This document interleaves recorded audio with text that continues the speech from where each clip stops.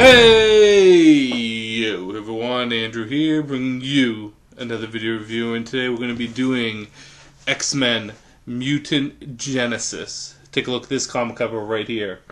Now, Mutant Genesis is kind of an important comic for the X-Men.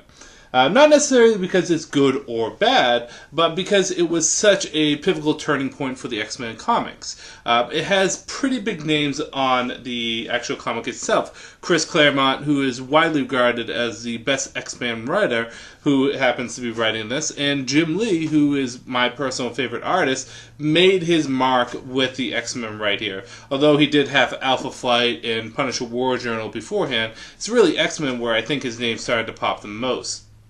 Now, Mutant Genesis is also a rebranding of sort, I want to say, of the X-Men, because no longer are they just doing the uncanny X-Men like they did beforehand. This is just straight up X-Men. The team has a new look, a new feel, and some new members aboard it. And see, the X-Men have always been intriguing and fascinating and fun for me, because out of all the Marvel characters, because I'm not much of a Marvel fan, out of all the Marvel characters, I think the X-Men I tend to like the most. Part because of nostalgia, and part because it's just so radically different from any other comic book series out there. DC's had a couple things like Doom Patrol and Titans, but never really touched upon what the X-Men were. The X-Men are kind of their own thing, and that's what I like about them. I mean, even if you read Captain America, there's many different comics like Captain America. There's many different comics like Batman. I mean, there are ones that are better than the others, but there's a uniqueness to the X-Men. But like I was saying, there's also nostalgia to it, too. I loved the X-Men when I was growing up, whether it be the video games, the comic books, the TV show, or if it was the movies later on as a teenager. In particular, the TV show was a big selling point for me on the X-Men. It was the easiest medium for me to swallow. Seeing I didn't have enough money to really buy the video games, I would have to go to the arcade and play them. Or I lucked out and my brother rented one from Blockbuster. And the movies came a little bit later in life, and I just didn't have the money for the comics. Whatever comics I read of the X-Men were my brother's. And that wasn't that much. But the TV show is really what got me soaked into the X-Men. And what I loved about the X-Men in the 90s is it was just so 90s. So very 90s. With the pouches and the exaggerated body features and the over-the-top storylines and dialogues and even some random stuff that makes no sense. Like in this issue, there is a scene where they're just playing basketball. Wolverine, Gambit, and Jubilee, I think.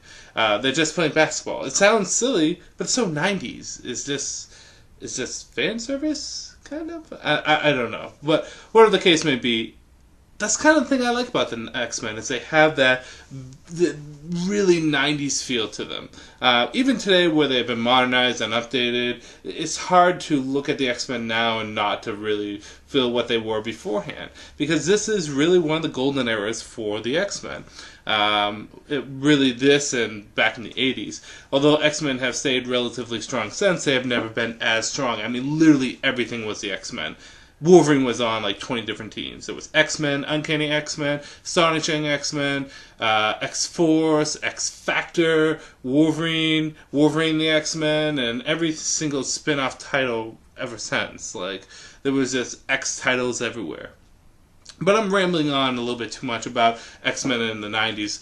But there's a reason for it, and that is because it's one of the charms of this book. It's the fact that it is so very 90s.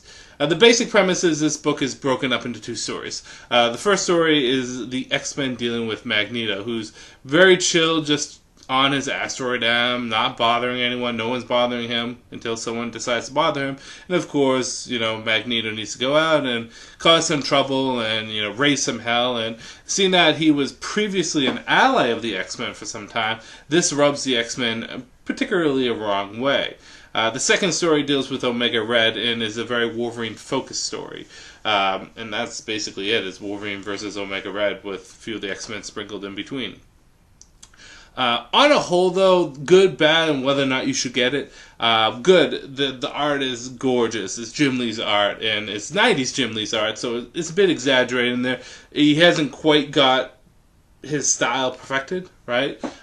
In the panel that we had with Jim Lee, he even admits that back in the 90s he made people too tall, made his arms or legs too long, or whatever the case may be. But for the most part, the art is still gorgeous. And like I said, it has that 90s feel. And seeing that we're talking about the 90s feel is exactly like that. Is everything wrong with the 90s done right in comic books? From just over-the-top action to ridiculous dramatic moments to costumes that make no sense. I mean, look at Cyclops' costume.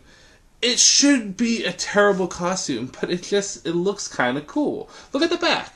Take a look at, I mean, the jacket. Why do we have the jacket? There's no point to the jacket. The Psylocke is just an absolute mess, although she's still pretty. Yeah. Gambit's costume, I get it. He still has a trench coat, but like, dude. They're just the 90s costume. I mean, literally, let me go back to this page. Let's see if I can find it. Look at their spacesuits. What is that? It doesn't make sense. There was a picture that I just passed that I should really bring out. It's a forge, and it's just him loaded up with like 1,000,000 guns. And it looks silly as all hell. But it's, again, part of the charm of the X-Men. I'm going to see if I can find it. The 90s charm. But that's a great thing. This is comic books at their most nostalgic. At really an interesting time in comic book history where X-Men were so popular and you could almost slap X on anything and get it to be a popular, well-received book. There are some bads to this, right? The stories aren't particularly good. The dialogue is way too much also. I literally was reading this and following this. Oh, here's the picture of Forge that I was talking about. Bro. Look at that. Look at that. Just too much. I can't even. But there were parts in this. Like, there was one part where Magneto's talking to the X-Men while they're on the ground. And I literally fell asleep while reading it because it just isn't particularly good writing. No, I should take that back. It's good writing. It's just too much. Like, this overabundance amount of dialogue in this. And like I said, the stories aren't particularly good. The Magneto story is far better than the Omega Red story, but both of them never really do much to grab my interest. Which is sad, because like I said, I was really looking forward to this book.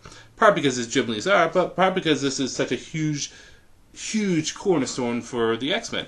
This has X-Men issue number 1, which is the best-selling comic of all time. Of all time. It's ridiculous how much it sold. And I expected more from this. It's not bad, though. Not by any means. If you want to pick this up, you're probably going to be dropping $20, $14 to $20, depending on where you get it. But it might be worth it just for fun. Like, it's a fun comic. It's not something that's going to overly make you think. Like, you're going to get the Dark Phoenix saga, or Days of Future Past, or a bunch of other stuff before you touch this. But that doesn't necessarily mean it's bad. It's fun.